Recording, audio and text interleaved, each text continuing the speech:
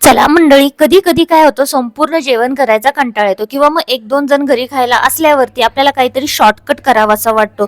तर त्यासाठी तुम्ही ही संपूर्ण रेसिपी बघा. अप्रतिम अशी रेसिपी, कमी साहित्यात झटपट तयार होते आणि खायला अतिशय टेस्टी अशी बनते. चला तर मग मंडळी, आपण रेसिपीकडेच वळूया. तुम्ही संपूर्ण व्हिडिओ नक्की बघा. आता इथं तुरडाळ मुगडाळ घेतलेली आहे आणि आपण ती शिजवून घेऊया कुकरमध्ये.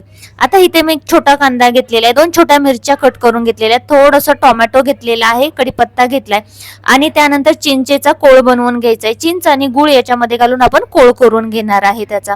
तर आता आपण हे सगळं कट करून घेतलेले आहे. आता हे एका बाजूला ठेवूया. तोपर्यंत माझी डाळ शिजून झालेली, तर बघू शकता इथं डाळ आपली शिजलेली आहे. आता ही डाळ थोडीशी घोटून घ्यायची आहे, मग त्याच्यामध्ये गरम पाणी घालून घ्यायचं आहे.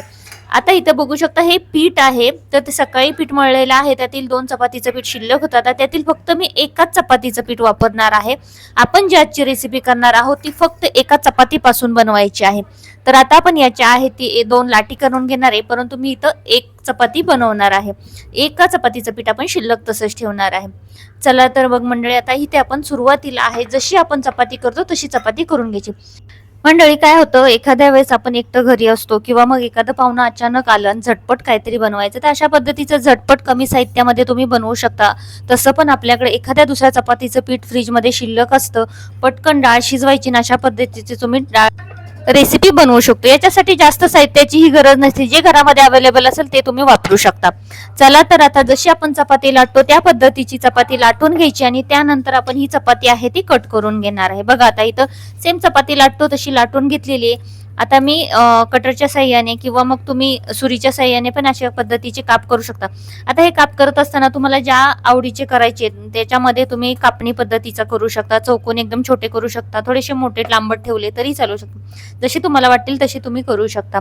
आता इथं आपण चपातीचे अशा पद्धतीने कट करून घेतलेली आणि आता हे असंच आहे ते एका ताटामध्ये मी काढून घेते आणि मग ते आपण बाजूला ठेवून देऊया. झटपट 10 ते 12 मिनिटांमध्ये जर तुमची डाळ शिजलेली असेल ना, तर अगदी तुम्हाला 7 ते 8 मिनिटांमध्ये ही रेसिपी आहे ती तयार होते. बघा, आता हे असे तुकडे करून घेतलेले, आता हे बाजूला ठेवूया आणि आता एक कढई घेतलेली. कढईमध्ये आता आपण तेल घालून घेऊया. तेल घालत असताना ही छोटी पळी आहे, इथे मी 2 पळी तेल घालून घेतलेले. तेल थोडं गरम झालं की त्यात जिरे मोहरी टाकायचं, फ्रेश कढीपत्ता घालायचा.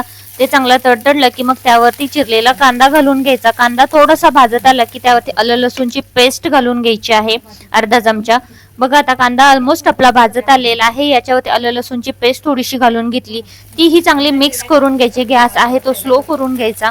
त्यानंतर आलं लसूण पेस्ट जशी आपण तेलामध्ये घालतो तर त्याचा एक छान असा सुवास सुटला जातो. त्यानंतर आपण त्याच्यामध्ये सुके मसाले घालून घ्यायचे. याच्यामध्ये अर्धा चमच्याला थोडीशी कमी हळद घालून घ्यायची, 1 चमचा लाल तिखट घालून घेतलेला आहे, छोटा चमचा घेतलेला आहे. त्यानंतर सांबर मसाला असतो तो अर्धा चमचा इथे घालून घेतलेला आहे. याच्या व्यतिरिक्त याच्यामध्ये दुसरा मसाला घातलेला नाहीये.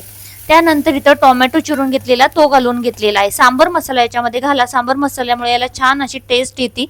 तर आता हा मसाला बघा चांगला भाजलेला आहे. आता याच्यामध्ये जी डाळ आपण शिजवून घेतली होती ती डाळ घालून घ्यायची. सुरुवातीलाच याच्यामध्ये डाळीमध्ये मिक्स करून तुम्ही पाणी मिक्स करून ह्याला फोडणी देऊ शकता किंवा मग डायरेक्ट ओतून वरून पाणी गरम केलेलं घातलं तरीही चालू शकतं. फक्त तुम्ही सुरुवातीला थोडीशी डाळ आहे ती स्मॅश करून घ्या आणि मग याच्यामध्ये घालून घ्या. आता याच्यामध्ये आपण गरम केलेलं पाणी घालून घेतलेले. थोडंसं पातळ ठेवायचं. काय होतं, जशी जशी रेसिपी आहे ती कडत जाते तसं ते घट्ट व्हायला सुरुवात होते. आता एक उकळी येऊन द्यायची, त्यावरती फ्रेश कोथिंबीर घालून घेतली आणि त्यानंतर आपण जे तुकडे करून घेतले होते चपातीचे ते याच्यामध्ये एक एक सोडत न्यायचं आहे. एकदम घातला तर मग गोळा तयार होईल, एक घातला की मग ते वेगवेगळे बरोबर पाण्यामध्ये शिजले जातात. बघा, आता मी एक एक त्याच्यामध्ये टाकून घेते आणि एक 5 मिनिटं आहे ते त्याला छान अशी उकळी काढून घ्यायची आहे. आता हे तुकडे आहेत ना, ते शिजायला जास्त वेळ लागत नाही, 5 मिनिटात शिजून तयार होतात. आपल्याला लक्षात येतं जसं डाळ शिजत जाते तशी ते घट्ट व्हायला सुरुवात होते. आता इथं बघू शकता जो आपण चिंचेचा कोळ घेतला होता तो याच्यामध्ये मी घालून घेते. कोळ घालताना थोडंसं एकदम जर चिंच आंबट असेल तर थोडी पहिले घालायची, टेस्ट करायची आणि पुन्हा त्याच्यामध्ये थोडंसं ऍड करा. कारण की काय होतं, एकदम जर आंबट झाली तर मग अडचण होते. तर त्याच्यापेक्षा तुम्ही थोडं त्याच्यामध्ये कोळचा वापर करा आणि नंतर पुन्हा टाकून घ्या. आता बघा, इथं एक चपातीचं पीठ शिल्लक राहिलं होतं ते मी तसंच पुन्हा फ्रीजमध्ये ठेवून देते. आपण फक्त एका चपातीपासून ही रेसिपी तयार केलेली. बघा, खूप सारी अशी रेसिपी तयार झालेली आहे, झटपट तयार होते. इथं ऑलमोस्ट आपलीच रेसिपी आहे ती शिजत आलेली आहे आणि खूप छान अशी दिसते. बघा, टेस्टीला तुम्ही म्हणाल तर अतिशय चविष्ट अशी लागते. बघा आता असंच अजून 2 ते 3 मिनिटं आणखी मी याला शिजवून घेणार आहे, म्हणजे छान अशी आपली रेसिपी तयार होईल.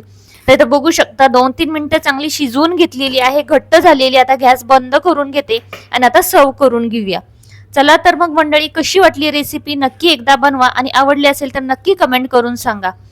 चला तर बघा काय मस्त अशी दिसते आणि छान असा सुवास सुटलेला आहे. खायला अतिशय टेस्टी अशी लागते, झटपट तयार होते. तेलकट वगैरे किंवा असं काही खाण्यापेक्षा अशा पद्धतीची तुम्ही रेसिपी बनवून खाऊ शकता. एकदम कमी साहित्यामध्ये अतिशय टेस्टी अशी आपली रेसिपी तयार झालेली. चला तर मग मंडळी, तुम्ही पण बनवून बघा आणि कमेंट करून सांगा कशी झालेली आहे. ती रेसिपी आवडली असेल तर चॅनलला लाईक, शेअर आणि सबस्क्राईब करायला विसरू नका. बेल आयकॉन प्रेस करा अशाच आपल्या साध्या सोप्या रेसिपी पाहण्यासाठी. आम्ही या रेसिपीला चिकोल्या बोलतो. ह्या रेसिपीला तुम्ही काय म्हणता ते नक्की कमेंट करून सांगा. आणि ही रेसिपी आहे ती एकदम गरमागरम सर्व करायची, अतिशय चविष्ट अशी लागते. आता याच्यावरती तुम्ही गरम केलेलं तूप किंवा असं पातळ केलेलं तूप घालायचं आणि मस्तपैकी गरमागरम खायला घ्यायची. चला तर मंडळी, संपूर्ण व्हिडिओ बघितल्याबद्दल खूप खूप धन्यवाद.